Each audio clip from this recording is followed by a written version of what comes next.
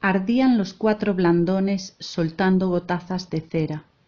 Un murciélago, descolgándose de la bóveda, empezaba a describir torpes curvas en el aire. Una forma negruzca, breve, se deslizó al ras de las losas y trepó con sombría cautela por un pliegue del paño mortuorio. En el mismo instante abrió los ojos Dorotea de Guevara, yacente en el túmulo. Bien sabía que no estaba muerta, pero un velo de plomo, un candado de bronce, le impedían ver y hablar.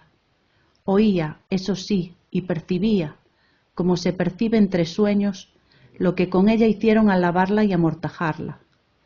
Escuchó los gemidos de su esposo y sintió lágrimas de sus hijos en sus mejillas blancas y yertas, y ahora, en la soledad de la iglesia cerrada, recobraba el sentido y le sobrecogía mayor espanto. No era pesadilla, sino realidad. Allí el féretro, allí los cirios, y ella misma envuelta en el blanco sudario, al pecho el escapulario de la Merced. Incorporada ya, la alegría de existir se sobrepuso a todo. Vivía. Qué bueno es vivir, revivir, no caer en el pozo oscuro. En vez de ser bajada al amanecer en hombros de criados a la cripta, volvería a su dulce hogar y oiría el clamoreo regocijado de los que la amaban y ahora la lloraban sin consuelo. La idea deliciosa de la dicha que iba a llevar a la casa hizo latir su corazón, todavía debilitado por el síncope. Sacó las piernas del ataúd, brincó al suelo y con la rapidez suprema de los momentos críticos combinó su plan. Llamar, pedir auxilio a tales horas sería inútil, y de esperar el amanecer en la iglesia solitaria no era capaz. En la penumbra de la nave creía que asomaban caras fisgonas de espectros y sonaban dolientes quejumbres de ánimas en pena. Tenía otro recurso, salir por la capilla del Cristo. Era suya, pertenecía a su familia en patronato. Dorotea alumbraba perpetuamente, con rica lámpara de plata, a la santa imagen de Nuestro Señor de la Penitencia. Bajo la capilla se cobijaba la cripta, enterramiento de los Guevara Benavides.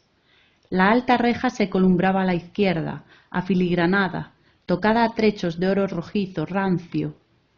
Dorotea elevó desde su alma una deprecación fervorosa al Cristo. Señor, que encontrase puestas las llaves. Y las palpó. Allí colgaban las 3, el manojo, la de la propia verja, la de la cripta a la cual se descendía por un caracol dentro del muro, y la tercera llave, que abría la portezuela oculta entre las tallas del retablo y daba estrecha calleja, donde erguía su fachada infanzona el caserón de Guevara, flanqueado de torreones. Por la puerta excusada entraban los Guevara a oír misa en su capilla, sin cruzar la nave. Dorotea abrió, empujó. Estaba fuera de la iglesia, estaba libre. 10 pasos hasta su morada. El palacio se alzaba silencioso, grave, como un enigma. Dorotea cogió el aldabón, trémula, cual si fuese una mendiga que pide hospitalidad en una hora de desamparo. ¿Esta casa es mi casa, en efecto?, pensó al secundar al aldabonazo firme. Al tercero se oyó ruido dentro de la vivienda muda y solemne, envuelta en su recogimiento como en larga faldamenta de luto. Y resonó la voz de Pedralbar, el escudero, que refunfuñaba. ¿Quién?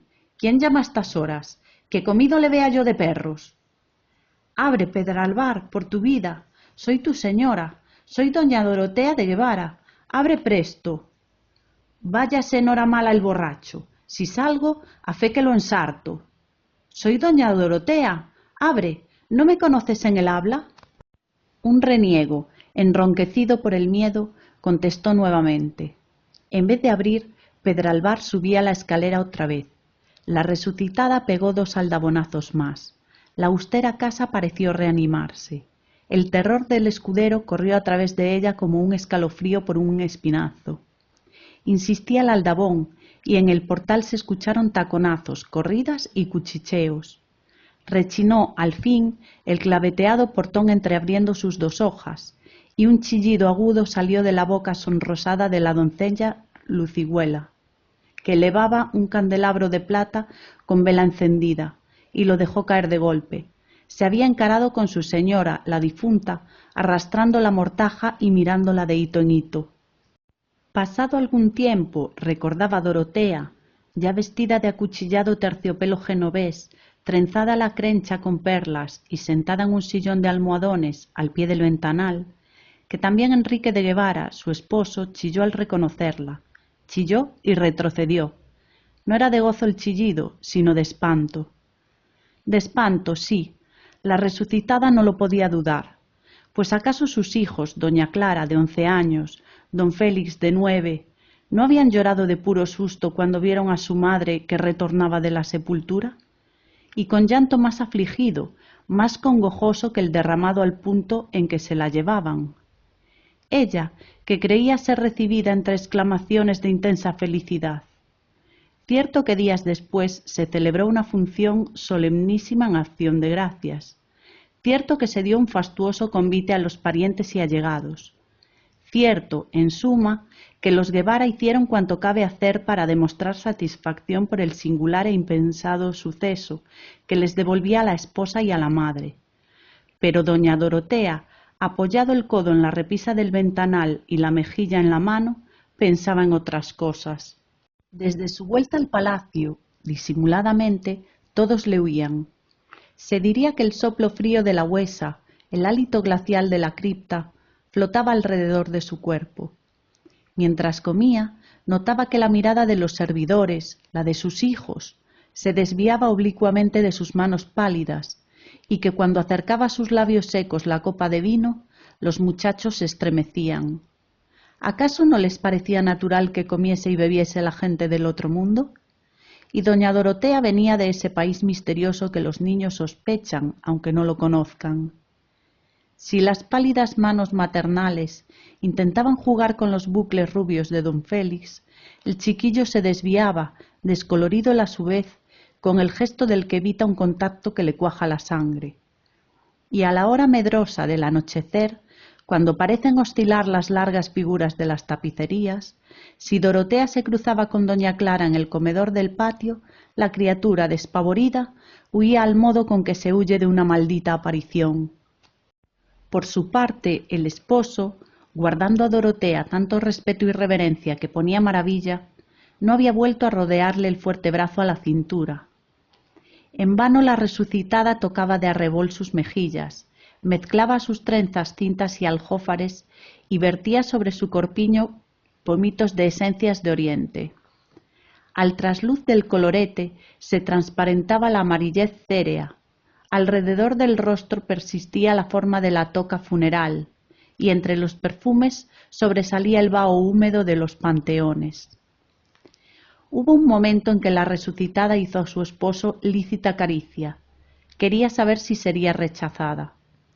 Don Enrique se dejó abrazar pasivamente, pero en sus ojos, negros y dilatados por el horror que a pesar suyo se asomaba a las ventanas del espíritu, en aquellos ojos un tiempo galanes, atrevidos y lujuriosos, leyó Dorotea una frase que zumbaba dentro de su cerebro, ya invadido por rachas de demencia. De donde tú has vuelto no se vuelve. Y tomó bien sus precauciones. El propósito debía realizarse por tal manera que nunca se supiese nada, secreto eterno. Se procuró el manojo de llaves de la capilla y mandó fabricar otras iguales a un mozo herrero que partía con el tercio a Flandes al día siguiente. Ya en poder de Dorotea las llaves de su sepulcro, salió una tarde sin ser vista, cubierta con un manto. Se entró en la iglesia por la portezuela, se escondió en la capilla de Cristo y al retirarse el sacristán cerrando el templo, Dorotea bajó lentamente a la cripta, alumbrándose con un cirio prendido en la lámpara, abrió la mohosa puerta, cerró por dentro y se tendió, apagando antes el cirio con el pie.